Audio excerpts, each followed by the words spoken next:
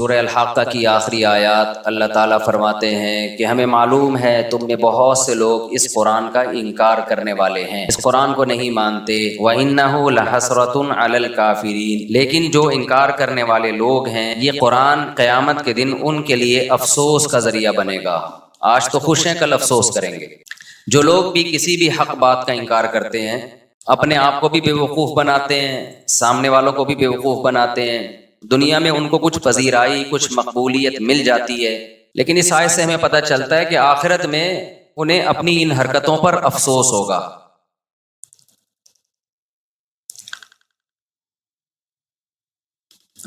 لوگ مجھے چیزیں بھیجتے رہتے ہیں نا، جیسے نبی صلی اللہ علیہ وسلم کے دور میں تو مشرکین انکار کرتے تھے قرآن کا اور اوٹ پٹانگ قسم کے دلائل دیتے تھے، تو میں سوچتا ہوں کہ پیغمبر صلی اللہ علیہ وسلم کا کیسا ظرف تھا۔ جب لوگ بہت الٹی الٹی باتیں کرتے ہیں نا، اس سے انسان کو بہت تکلیف ہوتی ہے،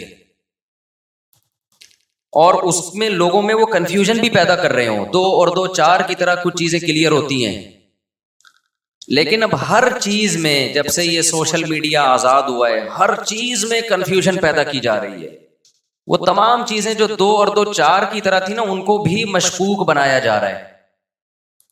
تو میں جب یہ آیتیں پڑھتا ہوں، میں کہتا ہوں ہمیں جب اتنی اذیت ہوتی ہے، اتنا ٹینشن ہوتی ہے اور غصہ بھی آتا ہے کہ یار یہ کیا کر رہا ہے یہ آدمی، صحافیوں کو سنتے ہیں وہ کیسا حقائق کو مس کر رہے ہوتے ہیں، مذہبی اسکالرز کو سنتے ہیں وہ کیسا حقیقت کو مس کر رہے ہوتے ہیں۔ کچھ دن پہلے ایک صاحب آئے، انہوں نے کہا کہ یہ پھونکوں والی سرکار اتنی ہٹ ہو گئی، اتنے بڑے بڑے آفیسرز اس کے پاس جا رہے ہیں، تو میں نے کہا یہ ہمارے ملک کا حال ہے کہ یہ ایک تھوڑی ایسا تو پتہ نہیں 20 لوگ ہیں، 20 لوگ ہیں۔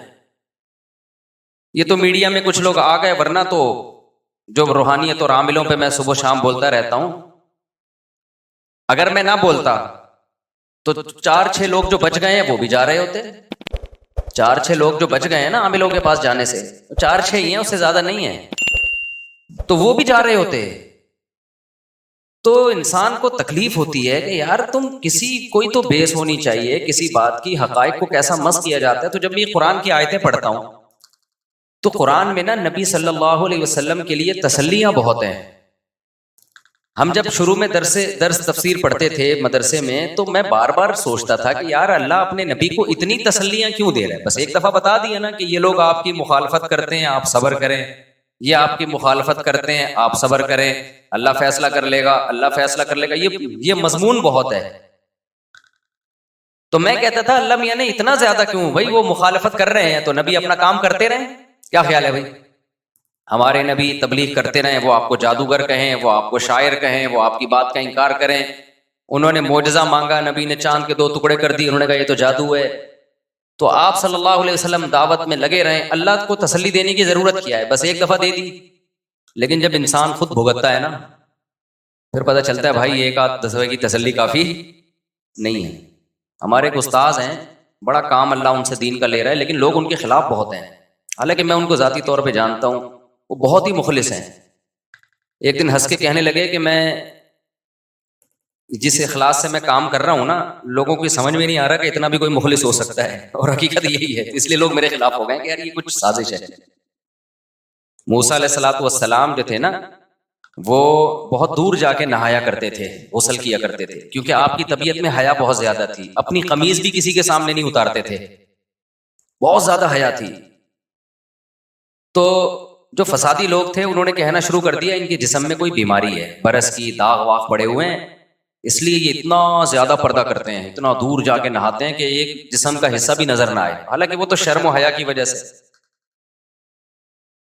تو حضرت موسیٰ کو کتنا غصہ آتا ہوگا نا کہ جو چیز میری تعریف کی تھی وہ انہوں نے کیا بنا دی، کیونکہ بنی اسرائیل کا مینٹل لیول ہی نہیں تھا کہ کسی میں اتنی حیا بھی ہو سکتی ہے کہ مرد ہو اور اس کو کرتا اتارتے ہوئے بھی شرم آئے لوگوں کے سامنے۔ لوگوں کا مزاج ہوتا ہے نا، بعض لوگوں کو بہت زیادہ حیا ہوتی ہے ان میں۔ تو اللہ تعالیٰ نے کیا کیا؟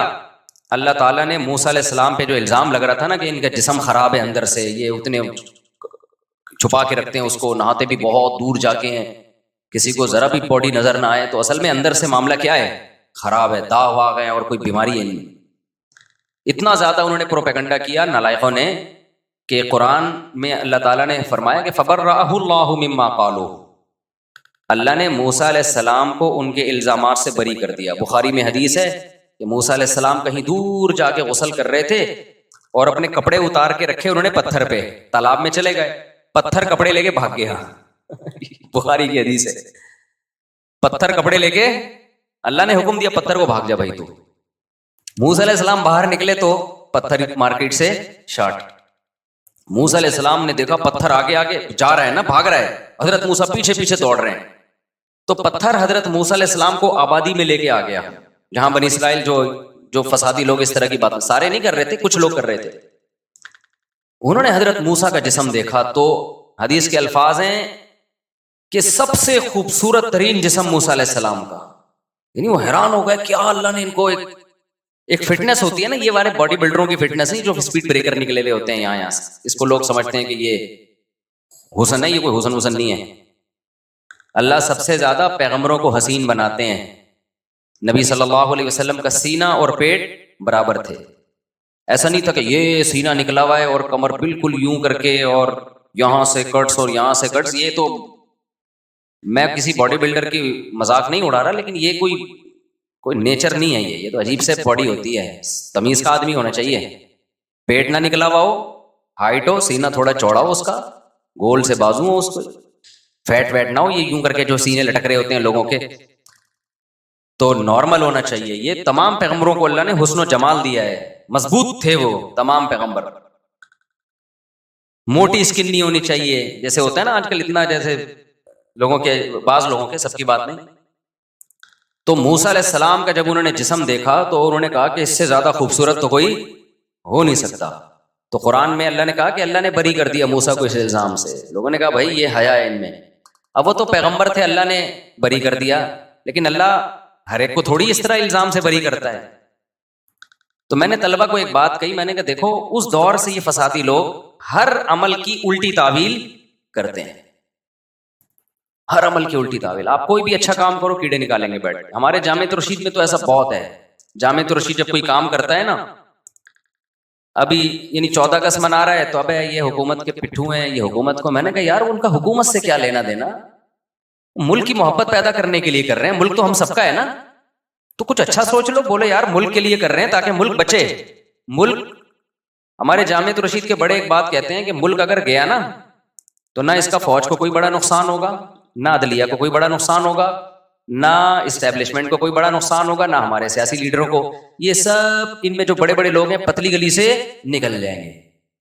پسیں گے ہم, سب سے پہلے دینی مدرسے پسیں گے, پھر اس کے بعد عوام پسے گی, اور جو متوسط طبقہ ہے نا ایسی لاشیں بچھیں گی جو آپ کو پتہ نہیں ہے. جب ملکوں میں بغاوتیں کامیاب ہوتی ہیں یا بغاوتیں ہوتی ہیں یا دوسرے ملک حملے کرتے ہیں تو ہوتا کیا ہے, سمجھتے ہو کہ نہیں سمجھتے؟ تو ایک چیز کو اچھا وے میں سوچ لو کہ یار شاید یہ, لیکن ہر چیز کو قوم کا مزاج, اور یہ صحافیوں نے جو آ رہے ہیں ٹیلی ویژن پہ, جو مختلف اینکرز آ رہے ہیں, کچھ اچھے بھی ہیں لیکن ایسی کھچڑی پکا دی ہے جب ہم سنتے ہیں نا تو نیندیں اڑ جاتی ہیں. جس کے دل میں تھوڑا سا بھی درد ہوگا وہ تو سوچے گا نا یار یہ قوم کو کدھر لے کے جا رہے ہو.